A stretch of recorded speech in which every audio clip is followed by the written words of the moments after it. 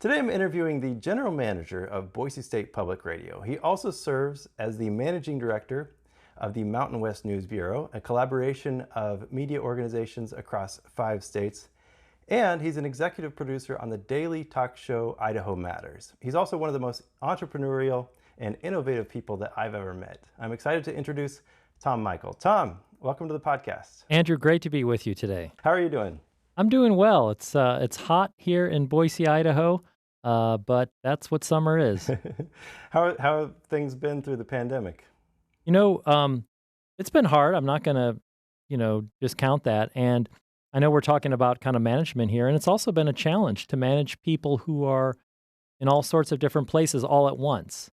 And we had to invest in a lot of technology that allowed us to pivot. The show Idaho Matters is hosted from Gemma Gaudette's house. Our reporters all kind of went, field recording kind of went away for a while, and we really had to do a lot of work remotely. But also, this at the same time of all this stress, the team also realized, since we have a news station and a music station, that this was a moment for them to really shine. And, hats off to all the news folks, hats off to the programming folks, obviously the engineers who helped make it happen. I just read that charitable donations for 2022 were one of the highest ever. So our members, even though like underwriting and some other things suffered, our members rewarded us for like really leaning in and getting them the news, because come on, who wasn't focused on the news last year? Like all day, every day. Yeah. And for those people who don't understand the model of public radio, can you talk a little bit about how public radio is funded and how it works? Yeah, public radio was kind of signed into law in 1967 by Lyndon B. Johnson, a president, called the Public Broadcasting Act, which helped support public radio stations. They are nonprofit independent media. For some reason, they're also, they grew up around universities. And a lot of them are licensed to different universities, states, institutions like that. And if you look at the old-fashioned radio dial, public radio stations are on the non-commercial band, which is on the left side of the dial, usually the smaller side of the dial, numbers like 89 through 91, what have you. It's supported by its members mostly. There is some funding, sometimes federal subsidies, sometimes state subsidies, oftentimes grants, but really member donations are what fund public radio and public TV. So I did mention that you're pretty entrepreneurial. I know that from working with you at Boise State Public Radio. You came in and had all these ideas and followed through with them, starting the Mountain West News Bureau, for example. But in addition to that, I know a little bit about your history of, starting a radio station out of nothing, basically. Can you talk a little bit about that story, about how you came to one, get into radio, and then two, end up creating a radio station out in the middle of nowhere, basically, in Texas? Yeah, you bet. So I've been in media for, 30 some years, and tangentially in broadcast media, mostly print, educational publishing, been a freelance journalist, not so much broadcast. My home city is Chicago, Illinois, which is a great radio town, and I did a little bit of broadcast there, hosted some interview programs and things. And it's a big market, but I was at a real small peewee station doing that. But I suppose when I moved to West Texas in 2002, I moved to a rural area in West Texas, and it was kind of near the Mexico border, kind of near the New Mexico border too, New Mexico and Old Mexico. And it was a really important area for a lot of issues, immigration. It kind of had a primary Latino audience. Oil wasn't very far away. All these big American stories were really important. And there was very little local media. So kind of out of, I want to say, naivete and inexperience, I thought, hey, let's start a public radio station. So we got involved in a bid on the commercial band for a license, a broadcast license. Set up a board, set up a nonprofit, and got involved in this. And I remember talking to a mentor of mine in public media, and I said, boy, we'd really like to bring public radio to this rural area. It was based in the town of Marfa, Texas, population 2,000. And he said, "Well, how many people are around there? Because it's a demographics game, right?" And I counted all the little towns. I think Alpine had 6 to 8,000, Marfa 2,000, Fort Davis had a couple hundred. Thought maybe we could reach Fort Stockton. So I did all this. I added all these up, and I said, either said or I wrote to this expert. I said, "What do you think? I think we can reach maybe 15,000 people." And he read it as 150,000. And so he responded to me, maybe. And so I'm like, great, all right, let's go. I didn't realize until later that the odds were really stacked against us. So at some point, I'm sure the reality had to set in of how difficult that would be to start a station. Or did you just go one step at a time and sort of, look at it at each point and realize, well, I can do that next thing. How does one take a big task like that and break it up into bits, or however it was that you managed to actually accomplish it in the end? The beautiful thing about public radio is it's not a single person. It's like a barn raising, the old-fashioned barn raising where everyone in the community comes together. It really, truly was one. Money makes the world go round, and there was a donor. Her name is Kay Burnett, who decided, I can help with this. And so she brought some of the seed money in. And then really it was all the individual small dollar donors who helped make it happen. And organizations, community broadcasters pop up kind of everywhere and anywhere, all in rural places. I always think about those stations up in rural Alaska. Those are truly the rural stations.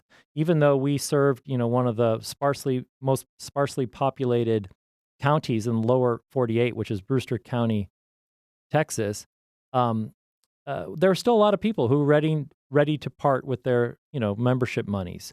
So, and we weren't very big. We had one employee at first, myself, and then I remember we grew to add two more. And so we had three. We grew beyond that eventually, but that's how it started. So you kind of keep your expectations low, and it was really a labor of love, and it was just a lot of fun.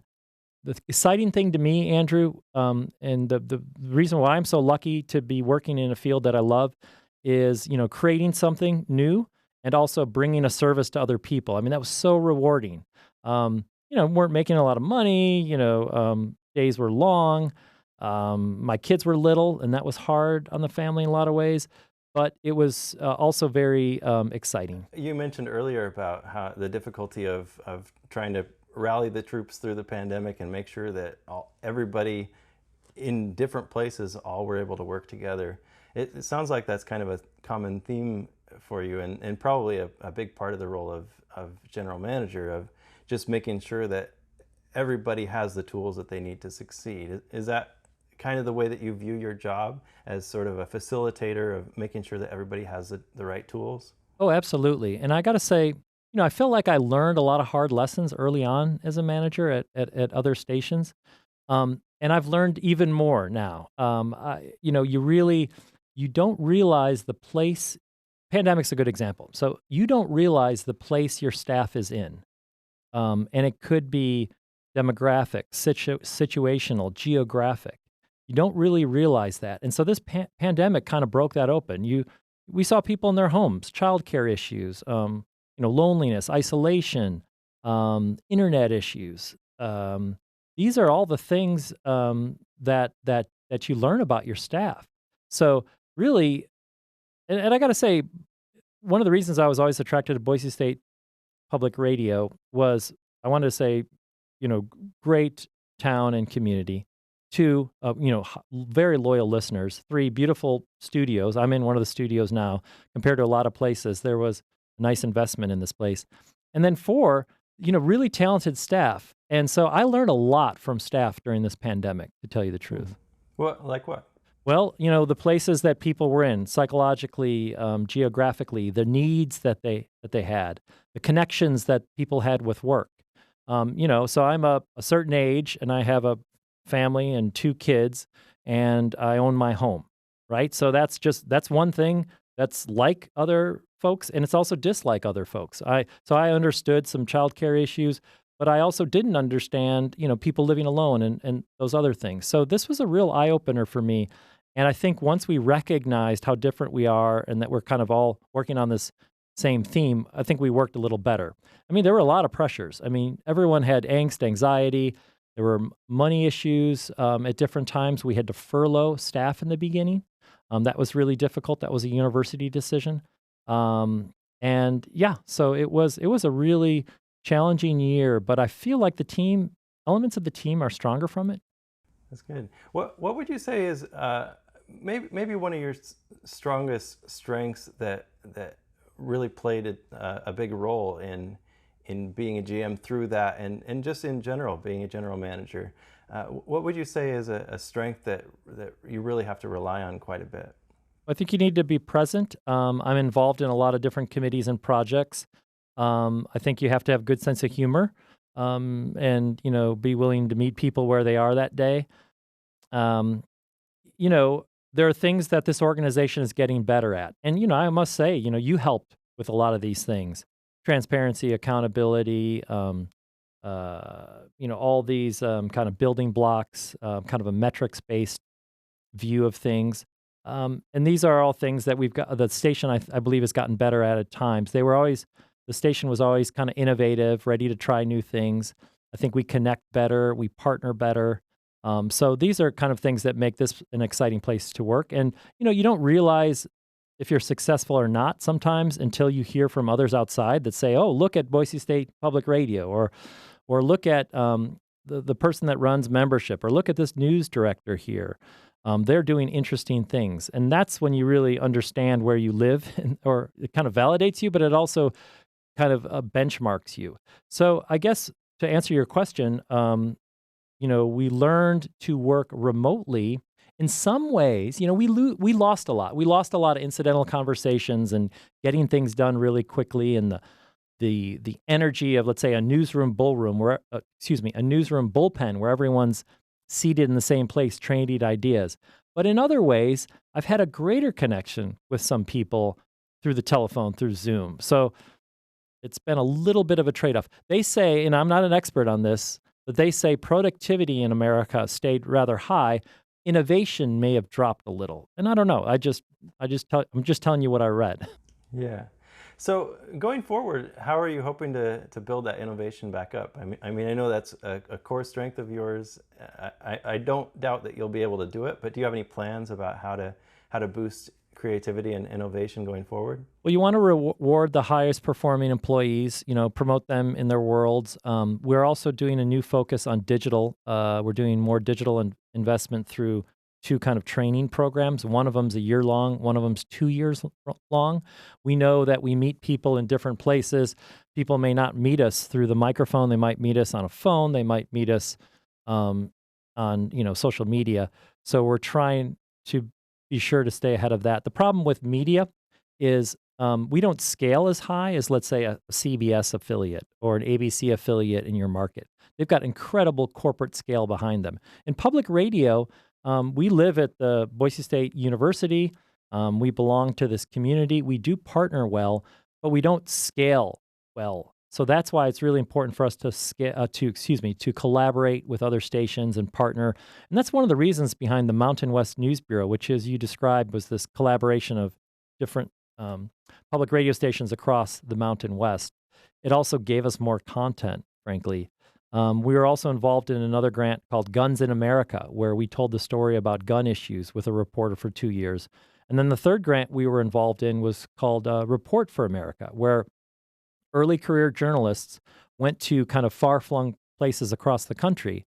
And so that's when we stationed a reporter to cover Twin Falls and Blaine County, and that's been 3 years running. So, yeah, you know, when you look back and you think to yourself, "Oh gosh, the pandemic happened," aren't we lucky that we had a daily news show, Idaho Matters, that could share information, what the governor was saying, what the mayor was saying? Aren't we lucky that we have a a reporter in Blaine County, which was the epicenter. Sun Valley was the epicenter in the state of Idaho of the coronavirus epidemic.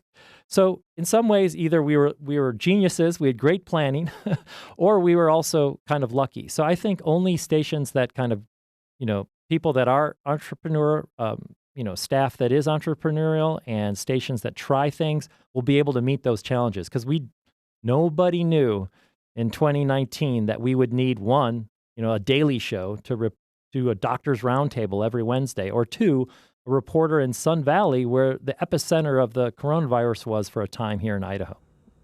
Yeah. One thing that strikes me as you're talking is pretty much every example that you've given of innovation and your experience. You've used this idea of win-win situations. I mean, I don't know if that's the way that you think about it, but every step that you've taken, at least the ones that you've mentioned, are good for all parties involved. You know, the daily talk show, for example, it's great for the station, but it's also great for the audience. Those ventures out into the community of reporters that are in rural areas, you know, that's good for the station, but again, it's good for those rural areas to be talked about. Is that something that is a conscious thought for you whenever you make a decision, or you're interested in going forward with a project? Are you looking to maximize the amount of value across the widest range of people? Is that a tactic, or is it something that's just part of public radio, or part of who you are?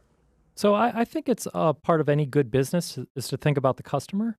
And in public radio, it's always think about the audience. And I'll say it doesn't come naturally. I think creatures, we often think of ourselves. So it's often important for us to remind ourselves, okay, what's the impact on the audience? And I think that has guided, some of the bigger decisions we've made. You were part of the strategic planning process that we were involved in maybe 3 years ago. We're toward the end of this strategic plan, but it also is a guide. And so it's also going back to that, two-page two-page plan and saying, how does this fit? So yeah, I mean, I think humans naturally respond on gut and move forward on gut, but really the better businesses think about their customers. And in public radio, you got to think about audience. Who are we serving? So yeah, I wouldn't say we're perfect there, but it's the ideal. Yeah. Okay, a couple more questions. One, are you where you thought you would be when you were young? Did you imagine yourself being a general manager of a public radio station in Boise, Idaho? I remember I was in my 20s and I really wanted to be in radio at one point. My dad had done it. I'd seen him do it. And I talked to this public radio mentor of mine, my wife's, a friend of my wife's. And so I reached out and right there, I was just starting my career. I was kind of at the lowest rung of publishing in Chicago. And he said, well, how much do you make? And I told him, which, was kind of peanuts at the time. And he looked at me and goes, don't get into public radio. Meaning it's not very lucrative. So I put it aside. It would have been less than what I was making at the time, which was kind of surprising to me. I was like, really? How do people afford to be in public radio?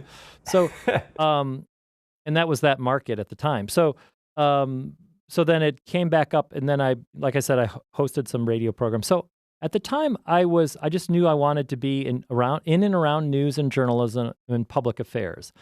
And once I got involved, the other thing I liked about it was I really liked nonprofits. And, if I were to leave public radio tomorrow, I still think I would be in the nonprofit world.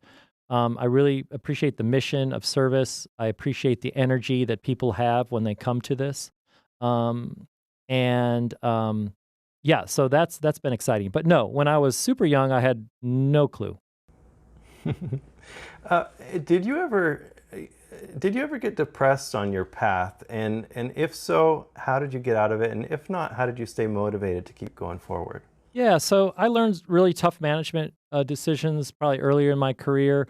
We were governed by a board, a nonprofit board, and when the president and I were getting along, it was great. But when a new guy came in that wanted to make a lot of changes, boy, suddenly like your job's on the line. And it was really hard to keep that perspective. So I would say to anyone at times like that, when, whether it's personnel conflict or you just kind of wonder what your purpose is, it's really important to reach out to coaches and mentors because they can help you give a perspective on those things. And, it could be a friend in the industry, but it could be a actual professional coach, which, I value and I know you value as well, Andrew. But it's so helpful to have that outside perspective because sure, when you're building anything, people will always, I guess, kind of tear you down. It's kind of human nature at times, When you're creating something new in a space, people are like, "I don't like that. I don't want that. Why are you doing this?" So you have to be a little bullheaded, but you should also seek that outside perspective. Hmm. Yeah. Yeah, that's interesting. And that's an interesting dynamic between being bullheaded at the right times, but also listening to the audience. I mean, that's something that you especially have to balance in public radio. Yeah, let me give you an example. I was successful at the station I started from scratch, and we kind of built it, and we kind of added transmitters, added new towns because I was really focused and frugal. And I was like, this is all we've got to work with. We're going to trade everything. We're not, we can't. But at our next, there's always stages to a business. So at our next stage, I was a little slow to realize, oh, we need to actually spend money. We need to go into debt a little bit to get to that next level. And I did. I made that transition ultimately, but it was a real mind change. So some people are good startups, right? They're great at startups. You probably see that in California a lot. Other people are good at like maintaining the balance, taking a mature organization and keeping it going. And then other people are like the rescue artists. They like to come into something that's failing, get rid of get rid of the bad people, add the new good people, whatever it is, and they're kind of rescue artists. So there are people who have different skill sets. So it's interesting to go through a startup phase and then more of a mature phase. And it wasn't easy, but I would say that that's exciting. So maybe you might think about your personality. What are you good at? And that might kind of help guide you in your career. Yeah, yeah, yeah. So lastly, do you have any advice for your younger self or someone who's thinking about getting into public radio and maybe they heard the same thing, there's no money in it, it's not worth it, something like that. What would your advice be to that younger version of yourself? One of my personalities, I always want to be where where people are talking about what the information is. I was kind of a classic liberal arts major because I wanted to know what people are talking about. And I was always drawn to NPR. I guess the values of lifelong learner is something I'll always be a supporter. And so I was really drawn to the product for sure. And then once I got into that nonprofit world that I said, I really enjoyed working with the people who also had that kind of nonprofit mission, who had similar mission. So my advice would probably would be, hang in there, like rewards might come.